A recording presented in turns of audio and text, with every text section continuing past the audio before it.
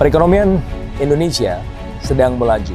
Nah, salah satu yang membuat pertumbuhan ekonomi itu terus tumbuh signifikan adalah sektor ekonomi digital. Ternyata pandemi kemarin menghasilkan kesempatan-kesempatan. Kita melihat bahwa pandemi justru mengakselerasi sektor ekonomi digital.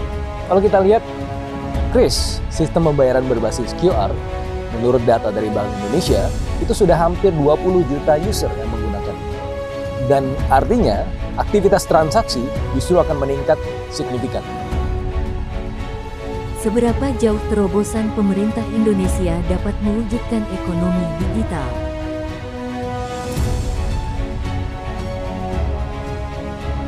Diprediksikan di tahun 2030 nanti, kontribusi sektor ekonomi digital terhadap GDP adalah sekitar 18%. Artinya, ada sekitar 4.500 triliun dari potensi ekonomi yang muncul dari sektor ekonomi digital. Kenapa ekonomi digital bisa sedemikian cepat melajunya?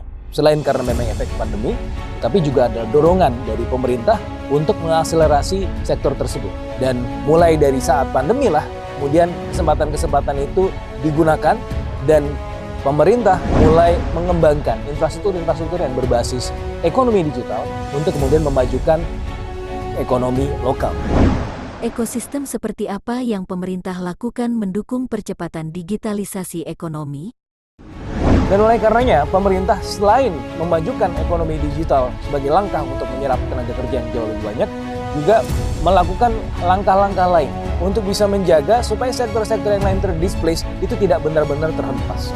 Salah satunya adalah dengan menjaga koordinasi dan kolaborasi antar aktor.